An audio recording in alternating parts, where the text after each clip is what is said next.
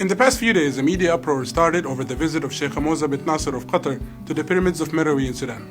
Egyptian media rushed to showcase their astonishment that another country could have pyramids. سمعنا إنه السودان فيها أهرامات. في أهرامات السودان جنب علبتين نستو كده. دي جبنا مثلثات.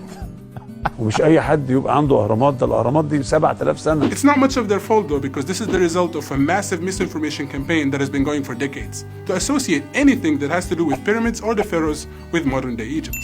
What these so-called journalists fail to admit though is that there are more of these cheese triangles in the small part of northern Sudan than there are in the whole of Egypt. 220 of them to be precise. You see, Meroe was the capital of the historic kingdom of Kush. And much like the Egyptian pharaohs, the Kushite kings and queens were buried in these tombs alongside their golden jewelry.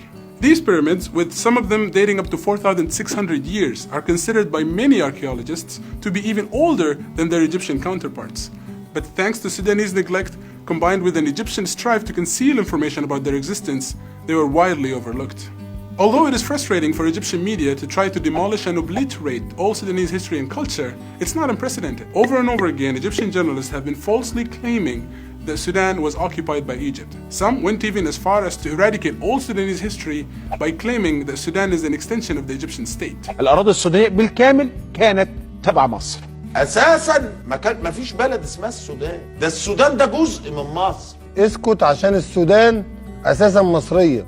احنا اديناها لكم كده. Again, this couldn't be further from the truth. What they're actually referring to here is the time when both Sudan and Egypt were colonized by the British and administered from Cairo from 1899 to 1956 in what was known as the Anglo-Egyptian Sudan. But historically, it was actually the Nubians of Sudan that conquered Egypt and ruled as the pharaohs of the 25th dynasty for a whole century. So it's more accurate to say that the current-day Nubians have a more legitimate claim over the history of Kemet than modern-day Egyptians, who are mostly the descendants of the various civilizations that conquered Egypt throughout the years. One more misconception to put to bed here is the notion that the Nile is somehow an Egyptian property.